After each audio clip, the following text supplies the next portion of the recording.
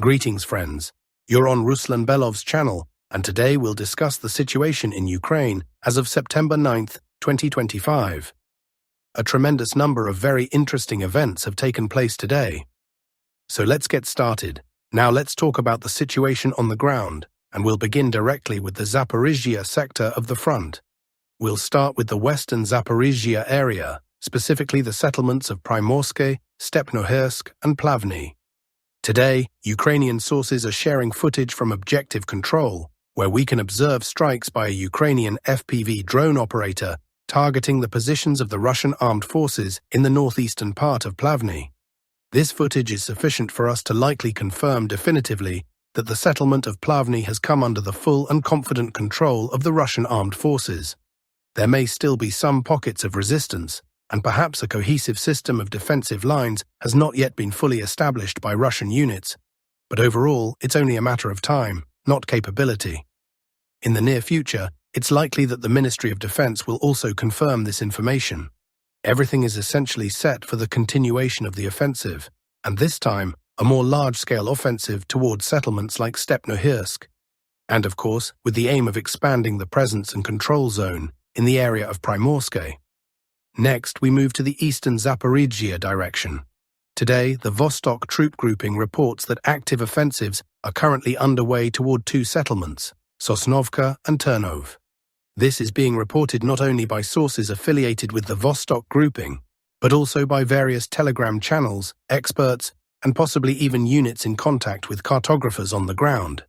Despite all attempts by the Ukrainian Armed Forces, AFU, to stabilize the situation, it's clear that stabilization is nowhere in sight. The Russian army is gradually closing the distance to a critical logistical artery, the R85 highway. Based on current realities, the distance to this road is now no more than 20 kilometers. Speaking of the latest innovations and technologies employed by the Russian army, particularly in the Sloviansk direction, these include control over the highway using drones. The question is only whether such control is necessary at this stage, so materials are not being expended yet. The Russian army is gradually advancing through the fields, reducing the distance. At the right moment, definitive control over the road will be established, but this will likely happen when the distance is 10 kilometers or less. Next, we move to the Pokrovsk sector of the front. Interesting footage is coming in today from the area southeast of the settlement of Mirnohrad. Ukrainian sources are sharing this footage, where we can observe Russian equipment being targeted by FPV drone operators of the Ukrainian armed forces. During these strikes, the equipment was hit and, accordingly, destroyed. The equipment was likely abandoned beforehand. Russian paratroopers were probably holding positions along the tree lines. Based on this footage, we've made another small adjustment to the map. This is how the map looked yesterday, September 8, 2025. Today, an additional adjustment has been made. Overall, the situation east and southeast of Mirnohrad remains a mystery. What's happening here? Let me remind you that since September 1st, 2025, a lot of footage has been coming from this sector.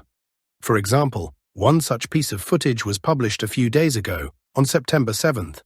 It showed FPV drone strikes on Russian armed forces equipment near the mines or ventilation shafts.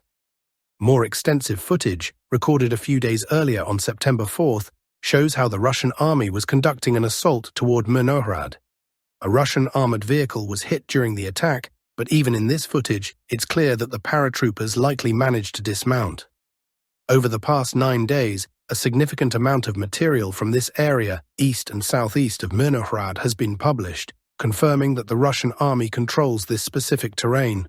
It's still difficult to determine how Russian units are supplied here, what objectives they're pursuing, or what tasks they're carrying out. It's hard to speculate, but in any case, the foothold east and southeast of Mirnohrad significantly disrupts the Ukrainian armed forces' plans for any operations in the area of Novoekonomichny and Mykolaiivka. I'd like to remind you and draw your attention to the fact that over the past few days, Syrsky has reported breakthroughs and advances by the Ukrainian army in the Novoekonomichny area. Syrsky's statements were picked up by several sources, and corresponding adjustments were made to maps, indicating that not only Novoekonomichny but also the settlement of Razino are now marked as a grey zone or territory not controlled by either side. However, these verbal statements don't align with the possible positions of the Russian army east and southeast of Mirnohrad. Either there's still some kind of chaotic mix here where every meter belongs to opposing sides, or someone isn't entirely telling the truth. In any case, we'll keep monitoring, but geolocation data suggests that the Russian army is gradually seizing the initiative southeast and east of Mirnohrad, and, despite all efforts by the AFU, is expanding its control zone. Next, we move toward the settlements of Sloviansk, Siversk, and Lyman. Active combat operations continue here. Since this morning, reports have been coming in that the Russian armed forces, using new technologies, have established a complete kill zone in this area. Nothing can pass through this territory without being detected by Russian drones and operators. A significant amount of footage showing destroyed or damaged equipment has already been published from this sector. The Ukrainian side reports that the Russian army is using a new technology and tactic called the mothership drone. This mothership drone enters the area, carrying possibly up to 20 smaller drones. The mothership either hovers over the area or is hidden somewhere, maintaining communication with these drones and with the mainland, providing uninterrupted connectivity. These drones, deployed from the mothership, continuously strike equipment moving in the area. Ukrainian sources claim that if the Ukrainian side doesn't address this issue soon, the question of abandoning the entire Donbass will be decided for the Ukrainian army in the shortest possible time. This control is something new, unexpected, and completely unforeseen for the AFU units. Control over the Barvinkov-Sloviansk supply route is something truly extraordinary. Well, let's keep observing how the situation unfolds and what further news we receive. For now, while the Ukrainian side tries to find some solution to logistical challenges, Russian units continue their offensive. Today, another batch of video materials and episodes was published from the area of the settlement of Zarichne.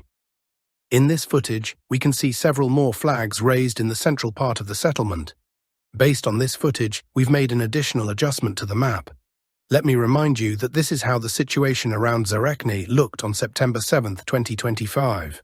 On September 8, the first objective control footage emerged, showing Russian soldiers raising 3 flags in the southwestern part of the settlement. 3 icons were marked on the map accordingly. Based on yesterday's video material, another adjustment was made. Today, another episode, another frame, another video surfaced. This time, a flag was raised in this area. Based on this material, another adjustment was made to the map. We can see that the Russian army initially advanced in the southwestern direction to block the 0528 road, the southwestern outskirts, and to prevent Ukrainian units and their supplies from moving through this road, which connects Zarichne to the settlement of Lyman into the central and northern parts. After blocking and stabilizing the front line in this sector, Russian units gradually began moving from south to north, conducting a thorough cleanup. According to various sources, as of the end of September 9th, it is reported that at least 60% of Zarichne is under control. At this pace, there is a high likelihood that by the end of the week, Zarichne will not only be fully controlled by the Russian army, but also completely cleared. After that, the Russian army will likely begin advancing toward the settlement of Lyman without any barriers in the form of settlements or villages. Just strong points and tree lines, but no villages. Next, we move toward the settlement of Kupiansk. Today, several pro-Russian experts made significant adjustments to the map in the northern, northwestern, and northeastern parts of the settlement. This is how the map looked as of the end of September 8, 2025.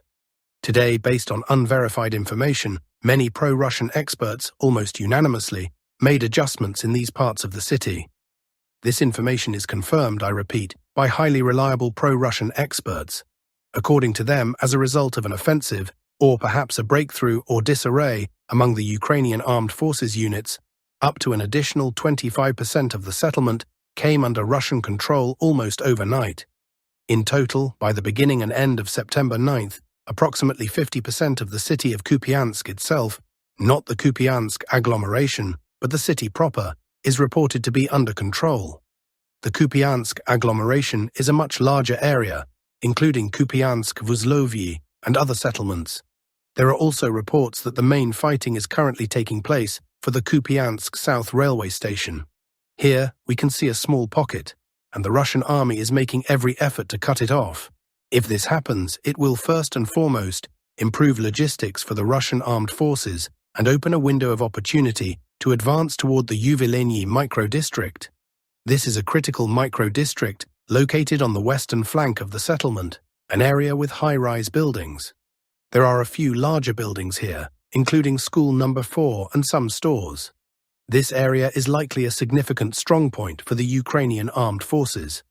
However, if the Russian army manages to establish control over this small micro-district, it will be able to dominate the entire city of Kupiansk, both its western and eastern parts, along with the surrounding areas. Additionally, slightly to the west, there is the significant Sobolivsky forest massif between Blahodatovka, which serves as an important natural barrier for establishing a strong defense west of the settlement. Well, let's keep watching, but the pace of the offensive here is quite high, as we can see. Now let's take a look at what's happening on the political stage.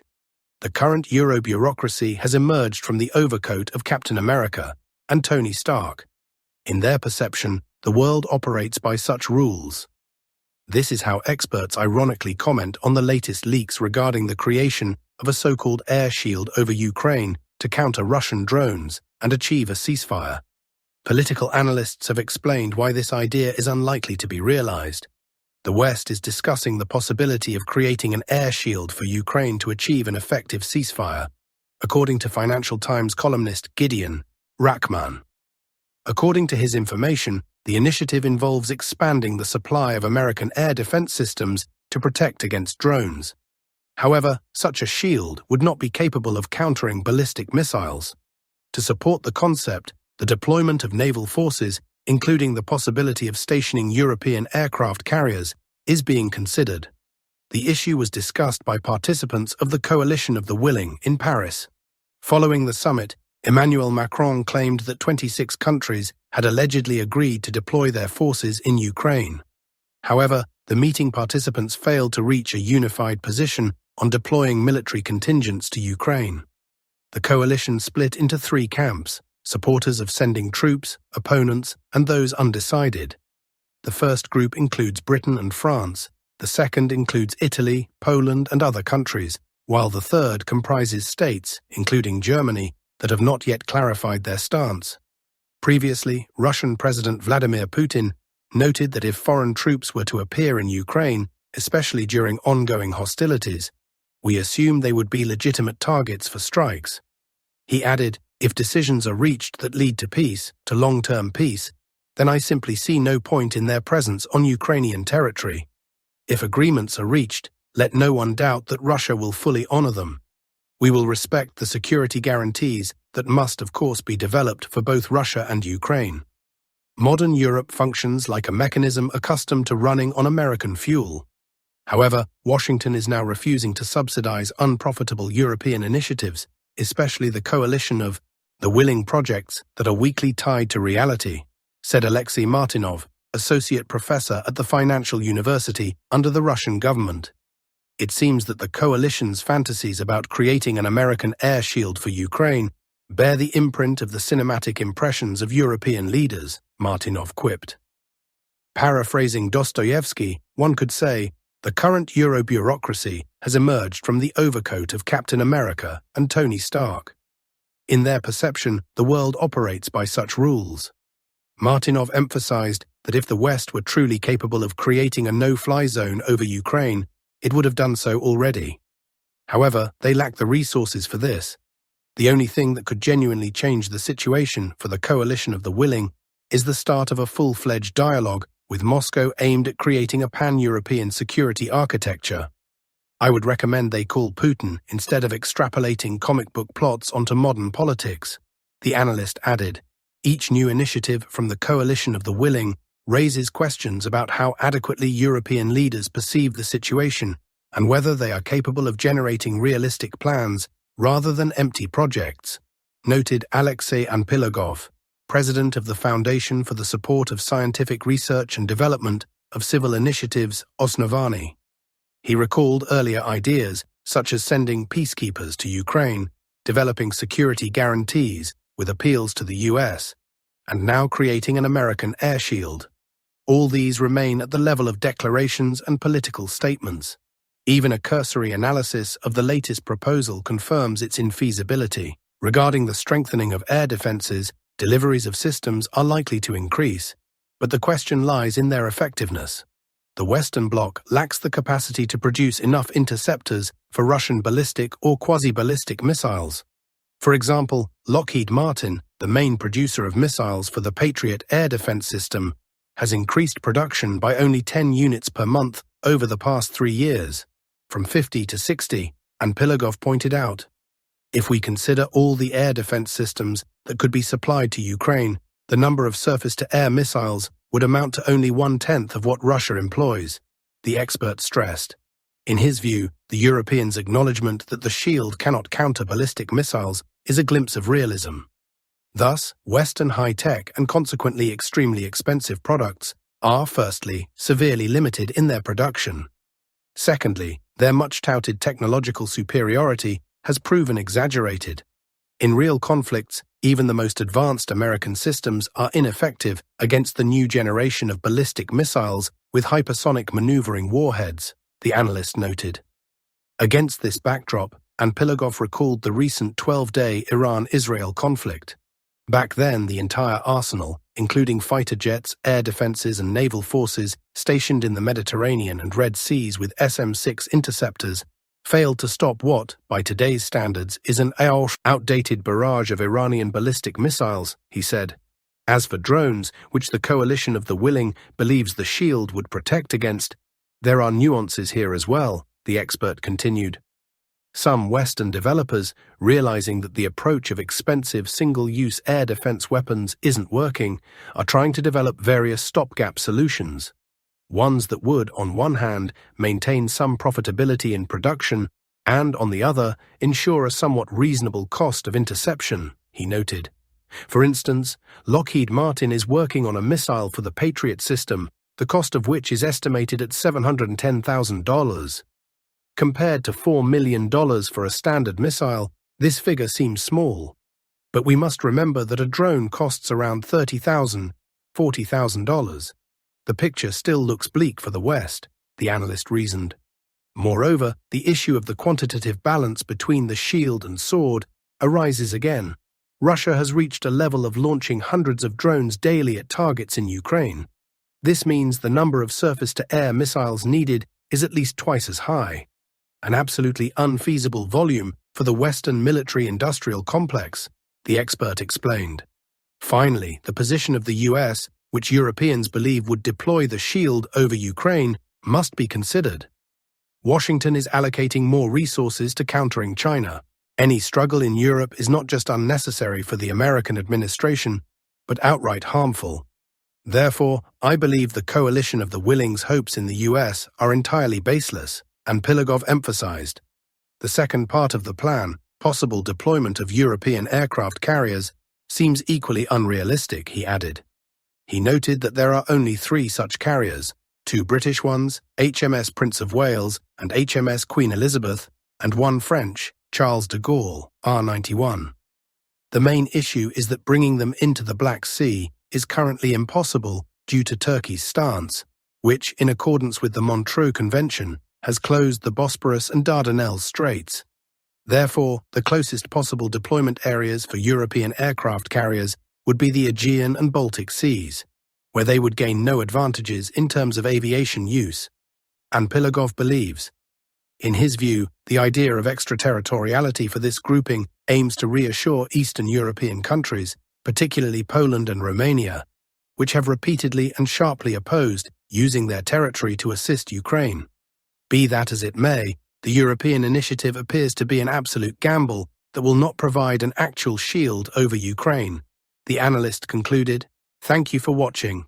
Subscribe to the channel and give your likes. All the best to you.